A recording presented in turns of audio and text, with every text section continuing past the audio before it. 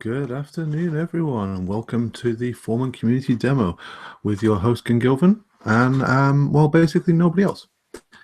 Daniel's joined us. Fantastic. Today is the next Foreman Community Demo. However, it seems our developers and our community is extremely busy at the moment. So busy, in fact, that nobody wants to present anything right now. That's not that there's nothing to present. I had a number of chats with people over the last couple of days. There's work going on in discovery, but sadly the person who did it is too busy today to come on the show. There's a guy who's just done an Infoblox plugin for the Smart Proxy DNS provider system. But again, he's in the middle of a scheduled downtime today, so he can't come and join us. There's a lot of bug fixing going on. Obviously, we're in Foreman 1.11 release candidate and Catello release candidate, so there's a ton of bug fixing going on, trying to get all that done in time. So sadly, we don't have a lot of content for you today. So we're going to do something slightly different.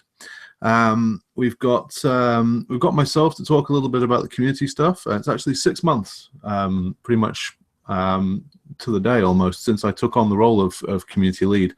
So that's quite an interesting milestone. So I'm going to talk a little bit about the current stats. That's becoming a regular feature, and I quite like it, so we'll do that.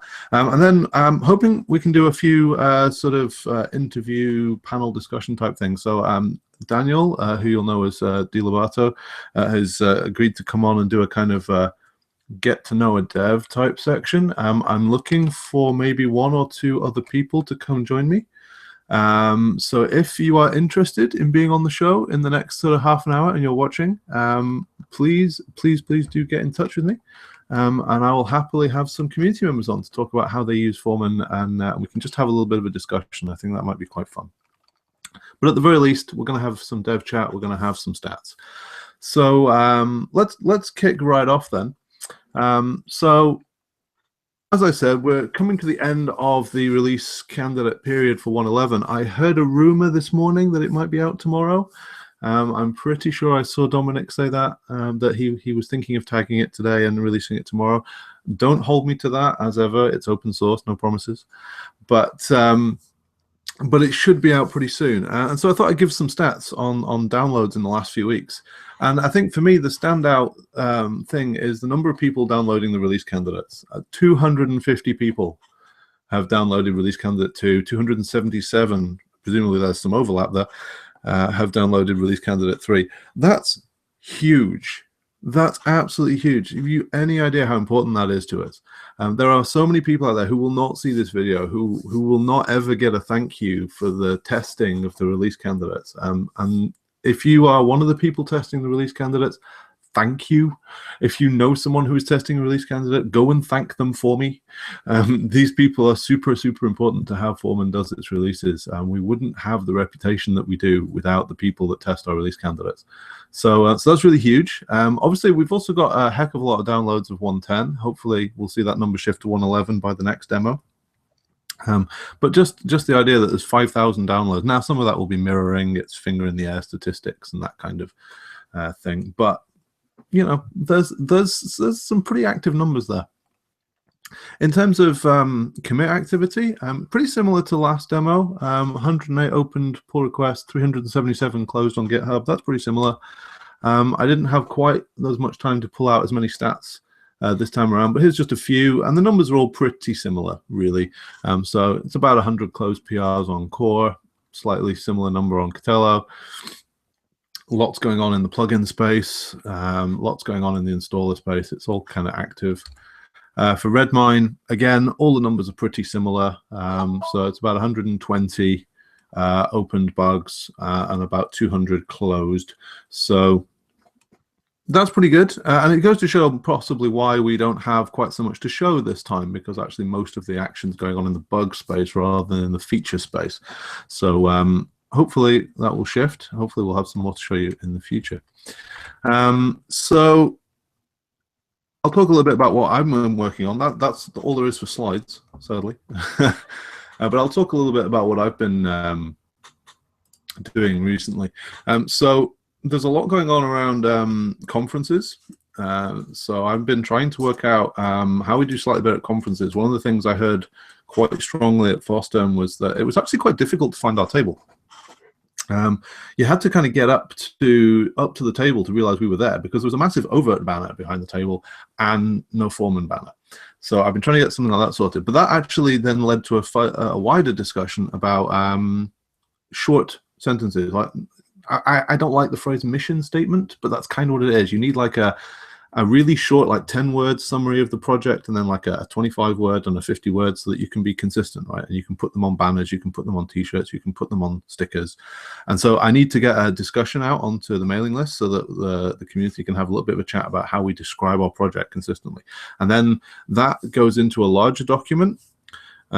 So Red Hat, who, as you know, contribute a lot to the project, have got a sort of a one-pager for all of the projects that they back, and we can be a part of that. So they've got the same branding. If they want to submit stuff or whatever, we can have the same coloring, the same logos, the same messages, all be consistent. So that'll be lovely. So that's something I've just been trying to get some first draft of that ready, and then that moves on to talking about sorting out more swag, sorting out banners, sorting out stuff for conferences. Talking also about conferences, I've almost got a first draft of an event system for the website ready. Actually, I can probably show you what it's based on. The code for our website isn't written yet, so I can't show you that. But what I can do is hopefully show you what I'm basing it on. So if I go, let me share my screen again. Let's have a look. Here we are. So this is the, let me zoom in a little bit. That's not the right page to be zooming in on. There we go. So this is the Red Hat community.redhat.com/events, and there's really two things here. There's a calendar, nice calendar widget, and then quick links to conferences, and then you can browse through and find talks and things like that, right? All of this is based on something very similar to what we use to build our website. Let me see if I can find the data source. Here it is. Basically, there's a data source. If I go here, you can see we can go in here. There are YAML files about the conferences, and like, is FOSDEM on here? Yeah, here's FOSDEM. Look, so tons of information about the talks that are on and the conference itself, and so on. So this is all very similar. Jekyll that we use to build our website has a data source system. So I've got a plan. The plan is basically to have a /events page like this. Any other part of the site, so it should be fairly easy to get that added. Once we've got that, if you also look at the front of this website, I don't see your screen. I don't know. At all. Oh, okay, that's odd. And now it works. Now it works. Bizarre. Oh, I know what it'll be. How about that? Does that work now? Yeah, I can see it. Okay, cool. Well, I'll just quickly recap. So this is the event page. So you've got calendar, upcoming events. There's an ICS file. This is all nice, right? Quick links, conferences, all that kind of good stuff. So this is a separate page. Shouldn't be too hard, I think, to get agreement on that, because we've had a lot of debate about what we should do with the front page in the past, and that's a debate that's not going to go away, and I still need to go back and finish that work. But this is a separate page, so that's fine. Hopefully we can get that done fairly easily. And this makes use of Jekyll's data source system. Well, they don't actually use Jekyll, they use a thing called Middleman. But it's the same basic idea.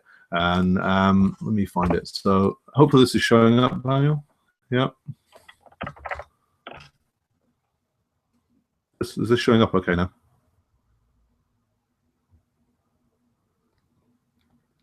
You're muted. So. Yes, it is. Yeah. Okay, cool. So, right. So, yes. So basically the idea is that you've just got all these lovely YAML files here. Let me show the FOSDEM one again, since I don't think it showed the first time. Oh, it's taking a long time now. There we go. So there's a YAML file here. We don't have to use exactly the same layout. We might do something that's simpler because we're not going to have as many events to track. But the idea is the same. You can have a YAML file for all of the events that you want, and that is then used by the same templating engine that we use everywhere else to build /events, and probably also an ICS file as well. So that bit's really easy. And then we can have a discussion, because the other thing that I like about what they do, if I just go back, so if you go right back to the front page of community.redhat.com, they also have an upcoming events on the right-hand side here. And I quite like that. So it would be nice to be able to fit that in the front page somewhere, but obviously the front page does have a little bit of a contentious discussion from time to time.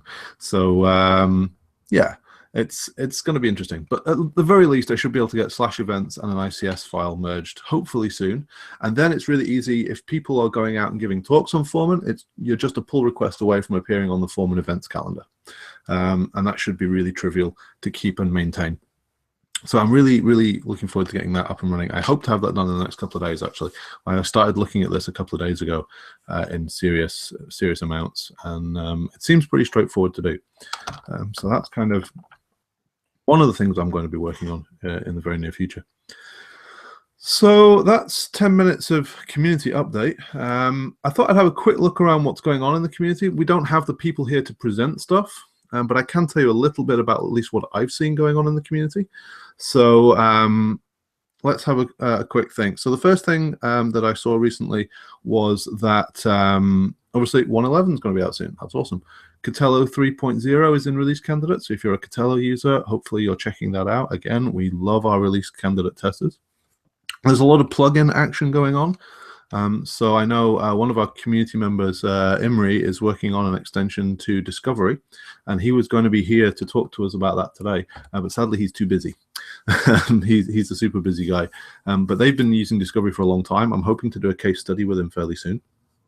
And they're working on a plugin, an extension to Discovery to lock a host into a Discovery mode. So if you don't have like the default of your Pixie Linux to be to boot into Discovery, let's say you've got mixed network, right? So you've got some hosts that are booting and they need to boot off local disk. You do not want to mess with local disk, right? But you have others that are Discovery machines. They've added a way to write a permanent Pixie file for that host so that when it goes back in the Discovery pool, instead of deleting the TFTP file, you rewrite it with boot into Discovery. So that's quite nice. And hopefully we'll have a demo on that in the near future. We've got proxy action. So let me just bring up Twitter if you didn't see this earlier. Foreman project. So yesterday, I think it was, Matt Nicholson, Jobu, said he started publishing an Infoblox proxy plugin for the smart proxy. So if you're an Infoblox user, this is exciting news. He also wants to have a go at DHCP as well, although that's not published yet. So if you do use Infoblox, get in there, test it. He published the details to the mailing list, so that's worth looking at. What else do I know of that's going on? Daniel, what have you got going on in your space? Let's introduce Daniel. Many of you know Daniel already, but let's see what you've heard. What's been going on in your world, Daniel? Lately, I mean, I was in PTO last week, so this week I've been mostly working on fixing Docker bugs so that small things like the computer resource page for Docker still used to show things like virtual machines, images, and stuff that didn't matter. So I was hiding that. And yeah, basically bugs around Docker. That's what I've been doing this whole week. Things like creating a registry that didn't work until now. Well, now it's not released yet, but in the next release of Foreman Docker, you should be able to verify that a registry for images works before, after you submit it, and not try to create a container and then notice that the registry doesn't work. So it's mostly these kind of things that I've been working on lately. Yeah. Cool stuff. I have to apologize, by the way, for not having my video on for these more sort of informal sessions, but being in rural country as I am, if I try and do video upload at the same time, it tends to distort the stream horribly. So I keep my bandwidth low. That's cool. So it's mostly Docker stuff, yeah. Fun times, Docker, fun times. So I guess I'm trying to fill time, right? So I thought what it might be nice is just there's people out there who are new to the community who don't know the developers, and I wanted to give them a chance to at least get to know one or two of us. Sadly, so far nobody else wants to join, but hopefully we'll shame them into joining us in a few minutes. But for those people who don't know who you are, let's have a little background. Tell us how long have you been involved in Foreman? What do you handle? What's your interest? Tell us a bit about yourself.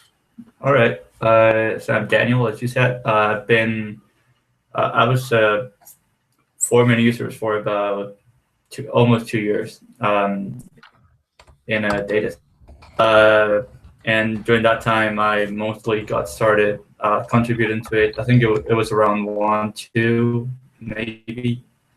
So I mostly got started by contributing with small features around authentication and an OpenStack integration as well. After some time, I left the place that I was working at and got to work and started to work at Red Hat on Foreman staff full time. I was involved, I think, I've been involved with, I think, almost all of Foreman because I've been reviewing patches in core for a long time. I would say possibly 2 years, or around 2 years. And for one, also a lot of time trying to improve the OpenStack integration and the LDAP integration with groups, which has brought me kind of the role of supporting with LDAP and groups integration. It's not the most entertaining part of my, but I think at least now it's pretty stable. Yeah.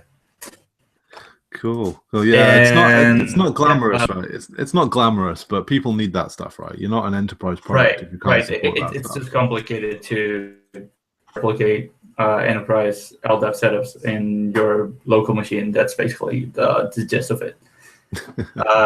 Other than that, I got started with the Firefly changes around, I think, before, like in June or so, 1 year ago. And I'm happy that now we got that in Foreman 111. Tomorrow you'll get to see it. I think it looks much nicer than it used to look.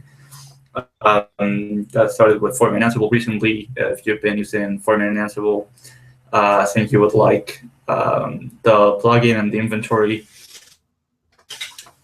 And what else? Was working on Foreman Cockpit, and we're trying to give people a view of Cockpit and Foreman. If you have not tried that, I recommend you try it.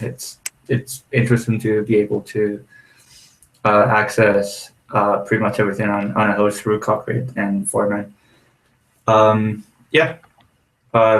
today I sent out a survey to the mailing list about Microsoft Compute Resource. We were debating whether to use Hyper-V or Azure, depending on the user's needs. So far, Azure is winning. 11 people have responded so far. I think it's 8 responses say Azure and 3 say Hyper-V or something like that.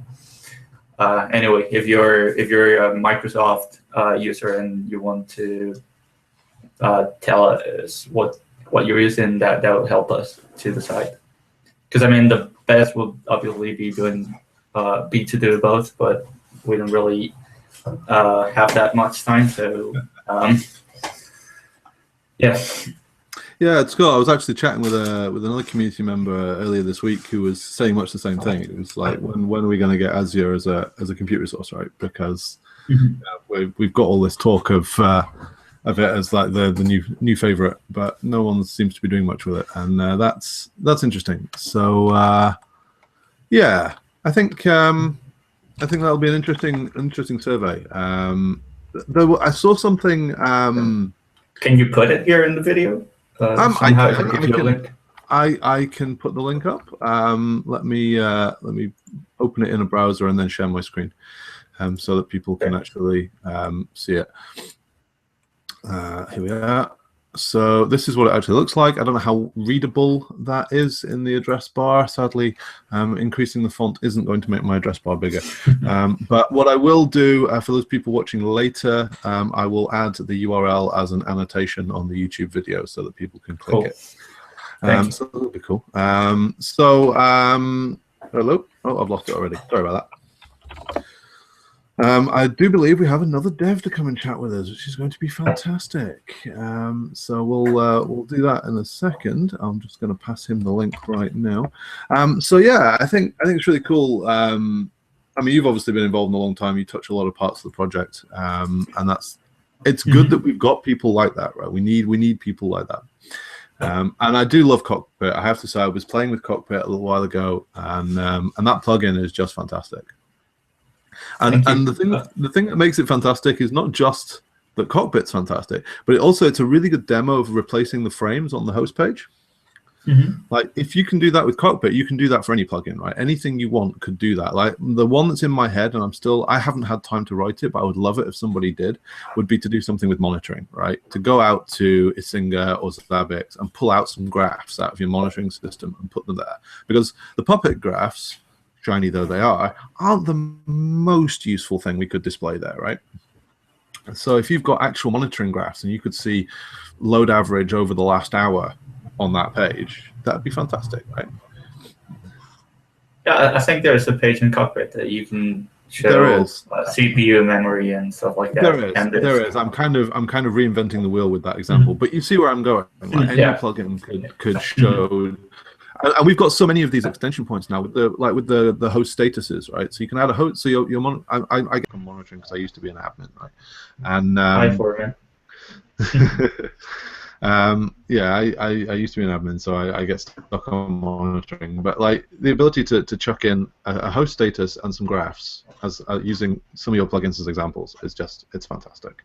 So even as a resource for other people to copy, it's really, really useful stuff.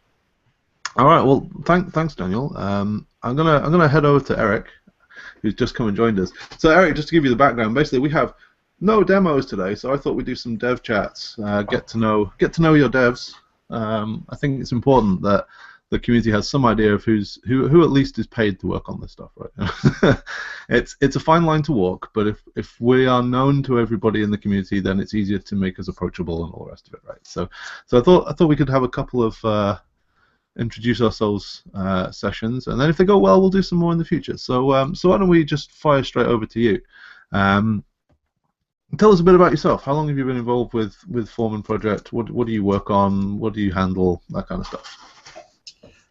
So I've really been on the Cotillo project for nearly 5 years now, and I guess when we decided to switch it from a Rails application to an engine and thus a plugin to Foreman, that's really when we got, and myself, more into the overall Foreman community, and more so as we've gotten rid of sort of the old Cotillo IRC channels and email lists, and really tried to push ourselves into the community as much as possible.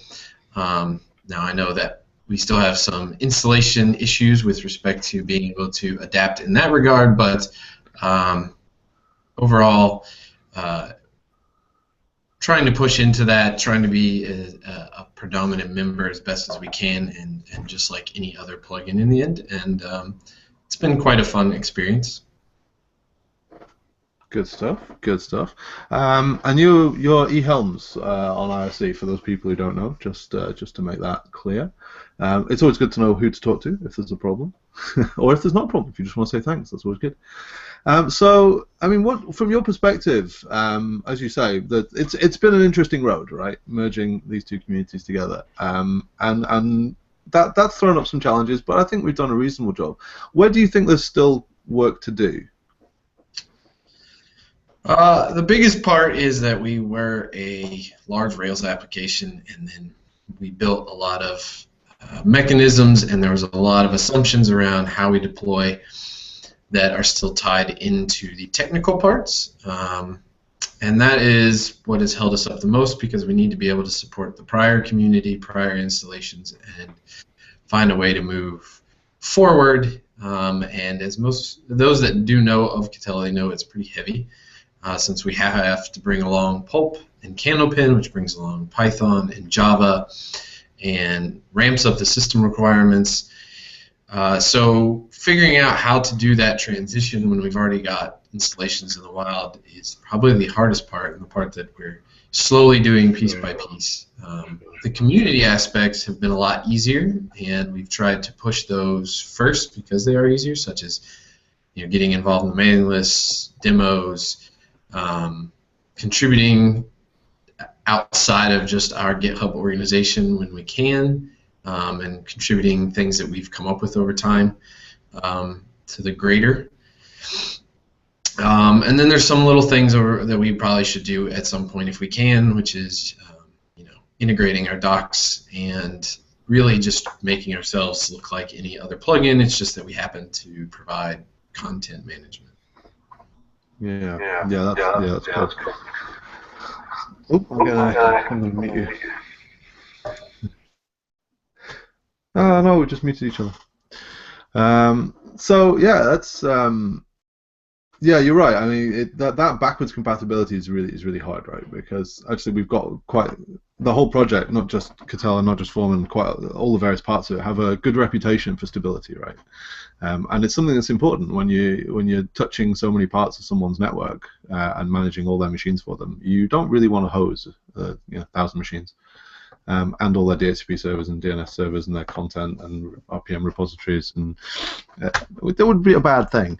So we try really hard not to do that, and it leaves you with all these headaches. And even when we made these decisions to just support a couple of versions, and then you do surveys and you realize people are still running like Foreman 1.4, and you're like, oh no, it's not fun to deal with. So I definitely feel you there. What else should we talk about? I know. I'll tell you something we haven't heard much about recently. What's happening with Catella release candidate? I saw the email 3.0 RC1. Do you want to have a little bit of a platform there? Do you want to hype up a little bit? Tell us what's happening. Sure.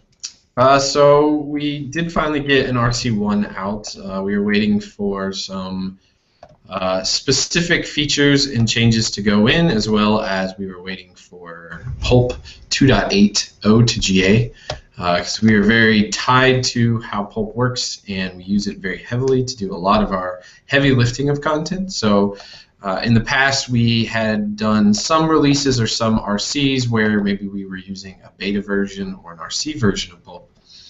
And we're really trying to make more of a conscious effort to push out our releases with actual GA releases of Pulp to lessen the impact that Pulp itself might have on user experiences.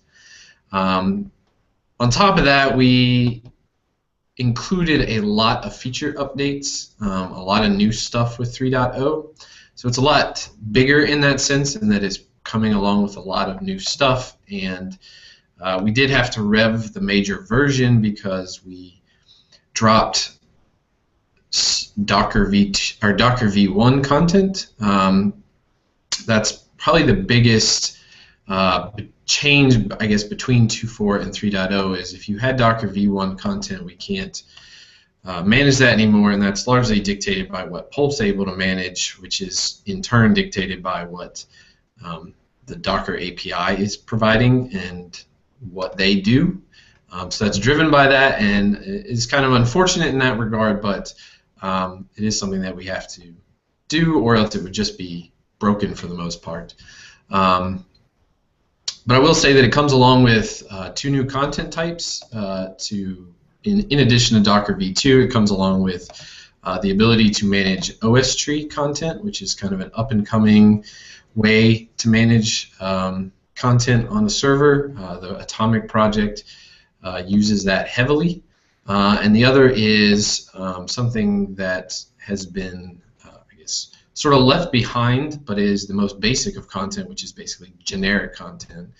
So we're exposing that as an option, the ability to just what we're calling file type, which is essentially push whatever content you want. You can upload or create a repo that Pulp can sync from of any generic content. So you can push in your own ISOs, you could push in tarballs, Ruby gems, etc., and start to manage that until specific providers come along for those things.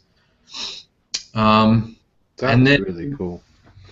we're some other improvements around the things that Pulp has come along with that we are starting to provide to users directly are lazy sync. So that's the ability to not download every package to your server right away, but only download them on demand when a client requests them. So there will be some initial lag, but it'll get pulled in, and then from then on it'll be available because there's some caching going on and whatnot.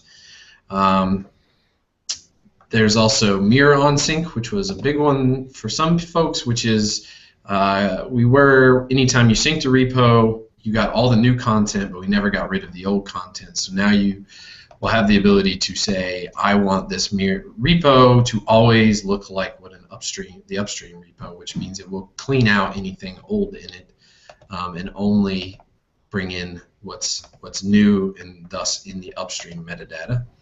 Nice.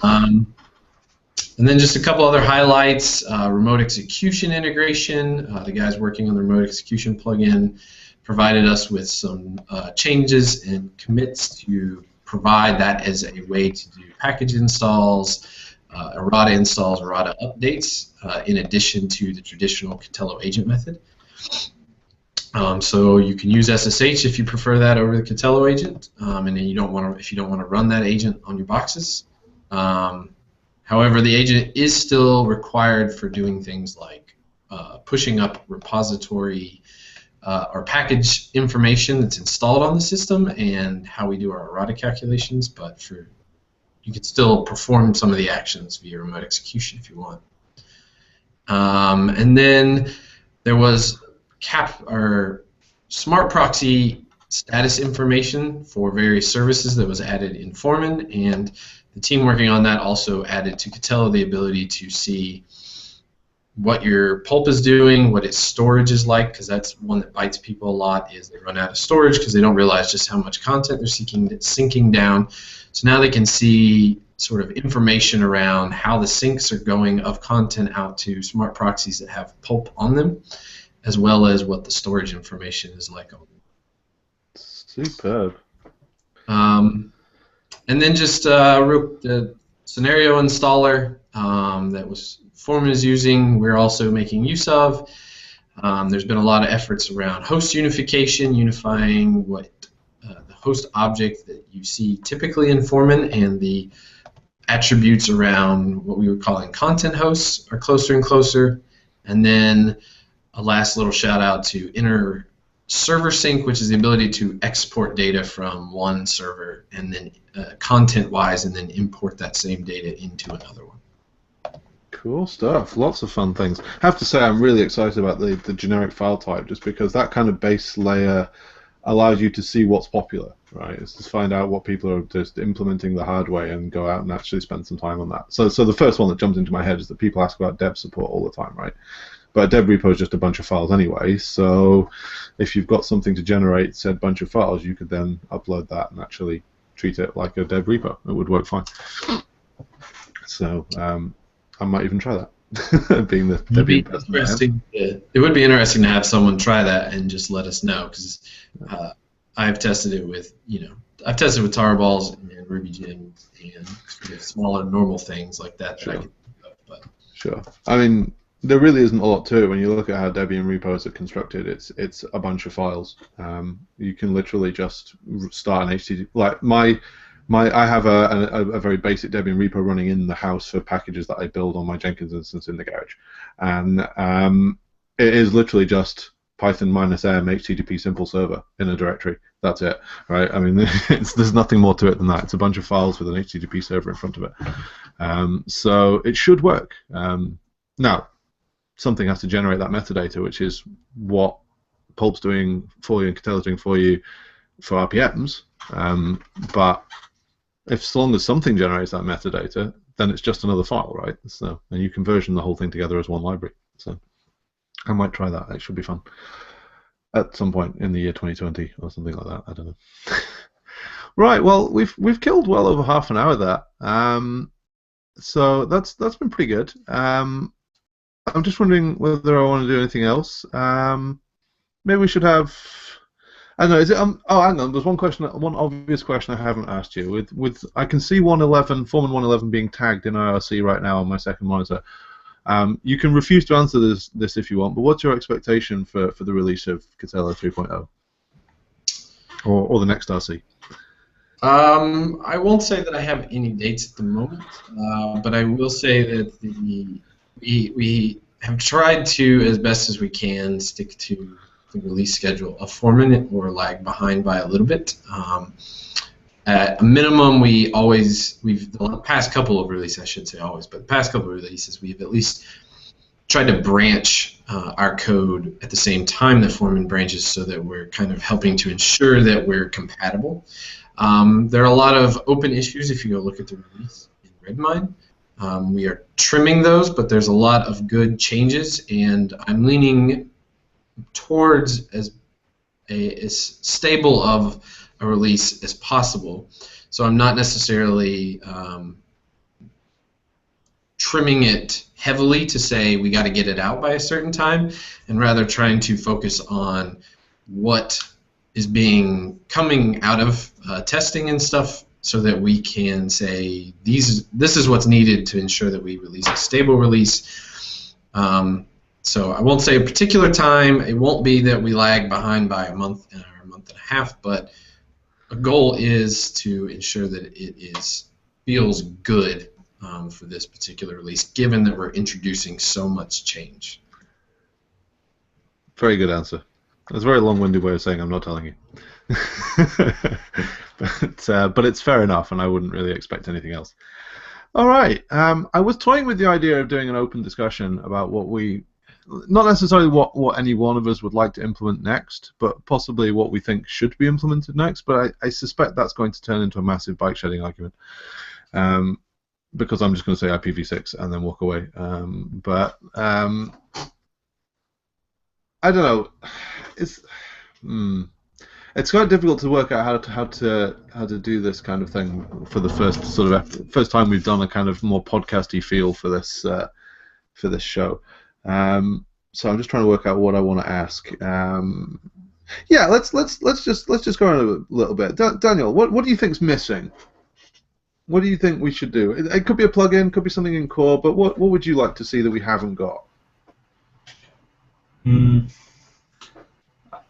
Okay, you mean feature-wise or code? And I mean these could be big things, right? Because if they were simple things, one of us would have done it by now, right?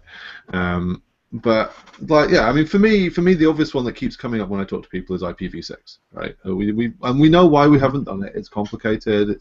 There's a different way of looking at how interfaces work and so on and so forth, and lots of changes to the UI to support multiple IP addresses per interface and this kind of thing. So non-trivial. But for me, that's something that people ask me all the time. So in a similar style, what would you think? What would you say is missing that you'd be interested in seeing? All right. Okay. Setting apart the huge amount of technical depth, I think. Yes. I think a few things that we're missing. One is better content in terms of documentation, how-tos, and stuff like that would be important. I don't think we're not at a point where we should be aimlessly building features over and over, and rather understand better what our community is doing, if they're doing things the same way that we're doing them before, because we've been around for a long time already. So in that sense, I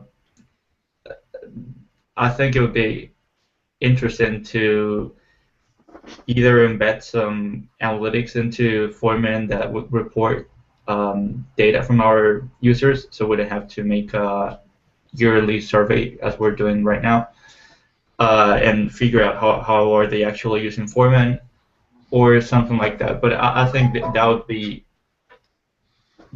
more important than any other feature. Understanding better what they're doing via analytics and also enabling more people to use what we already have, which is nice, but it's also relatively unknown because of the lack of documentation and possibly outreach. I think what you're doing lately of posting the call for papers on the mailing list, I think that for me at least that's been useful. I've been keeping track of a few of them, and I plan to submit to most of the ones that you've posted to speak about this. So yeah, I can't really say we need X feature it's or content. Y feature. It's documentation. It's content. It's helping people to find out what's already there rather than adding new things. Okay, that's interesting. And simplifying things as well would be good. Like I think scenarios, for instance, were a nice improvement to the installer, and I think going that route should simplify the way people install Foreman and customize their installation more easily, because it's already difficult, I think, at least, to get a working installation and knowing what you want. Sure. Yeah. I mean, I was actually looking at some stats yesterday, and Discrete's case study on high availability is now the third highest most viewed video of all time. And if you restrict it to the last 90 days, which was roughly when it was recorded, it's actually very, very close to the top watched video in our catalog, because I think people really want this kind of, how do I set this up in anything more than an all-in-one setup, right? And more people are interested in HA, so you're right. More documentation around such scenarios and stuff would be really cool to see as well. I'll ask you the same question, Eric. What do you think? Are you with them? Are you with Daniel on this? Is this a documentation and use case exercise at the moment?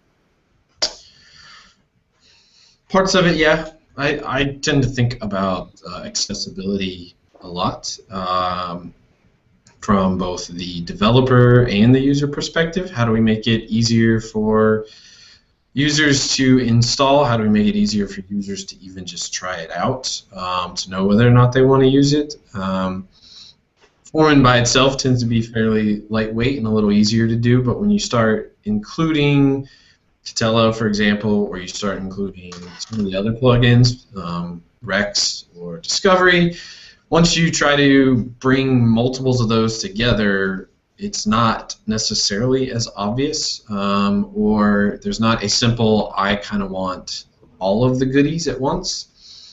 And I think the same sometimes can be true with development. How do I get an environment if I'm new to this, and even if you're old to this, but there are lots of plugins and there's Hammer and the Smart Proxy, how to have something that you can easily just spin up and have an environment to test things or make changes.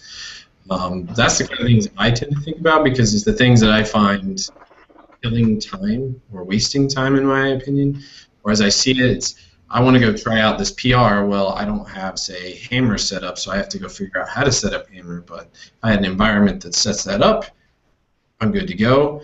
Same with users. Like, what does all this stuff do? How does it work? Well, if I could just spin up a box that's already pre-configured, for example, and view a demo, then I can try it out easier. And then if I need to do a big installation on my own infrastructure, I can move to that. But at least in my mind, I have maybe sold it to myself or had a chance to look at it and sell it to others. It's worth the time investment to figure out how to do the next step, right? Yeah, because I hear that from people that, I've heard users say they have to do proof of concepts, or they're trying to sell it to somebody else that is worth investing in. And I think if you look at other projects out there, there's more and more starting to provide demo boxes, self-contained boxes, so that users can easily just spin something up and take a look at it. Yeah, we should do that. That's a good idea. I've been thinking about demo systems for a while, but I was more thinking about something live that you could log into, and it maybe resets its DB at midnight or something. But actually, just a box you can spin up on your local network is not a bad idea at all. So that's something I'm going to add to my list. I will, to Daniel's point about documentation and how-tos and things, that's something I've been talking about for a long time, and I'm actually in a position to finally do it now. The big conferences at the start of the year are out of the way. My recording setup works because I've just done the 111 highlight clips. I have finally learned how to normalize a video clip to a set decibel level rather than to the value of other things around it, like an absolute gain rather than a relative gain. Finally, have found the right way of doing that in FFmpeg. So now I can actually get consistent audio. And pattern fly is merged for 111, so my videos will actually have a shelf life that might be more than one release. So yeah, hopefully we can do the Foreman Beginner's Guide and maybe some other like how-tos for plugins and things like that. I would like to get into that and start doing that more regularly. So that's something that's up once I've got this events thing out of the way, because the events thing ought to be pretty quick to do. And once I've got that up and rolling, then I can look at the video content. All right, well, I think we're going to wrap this up. Thanks very much to both Daniel and Eric for joining me today. If you want to talk to them on IRC, that's D. Lovato G and E. Helms. And of course myself, Ken Gilvin. If you've got any questions, feel free to pop in and ask. As ever, this video will go up on YouTube and will be linked to from the mailing list. This has been a bit of an experiment since we didn't really have much in the way of demo content today. If you liked it, if you want to see more informal chats, if you want to see community chats with users as well as developers, let me know. Leave a like on the video, leave a comment on the video, come and tell us in the mailing list, come and tell us in IRC, find some way to talk to us, ping us on Twitter, however you want to do it. But if this is something that you've enjoyed, please let us know, because we can do more of this kind of thing, but there's no point doing it if no one's watching it, right? So. In that case, I think we're all wrapped up, and I will see you next time. Thanks very much, everyone. Take care.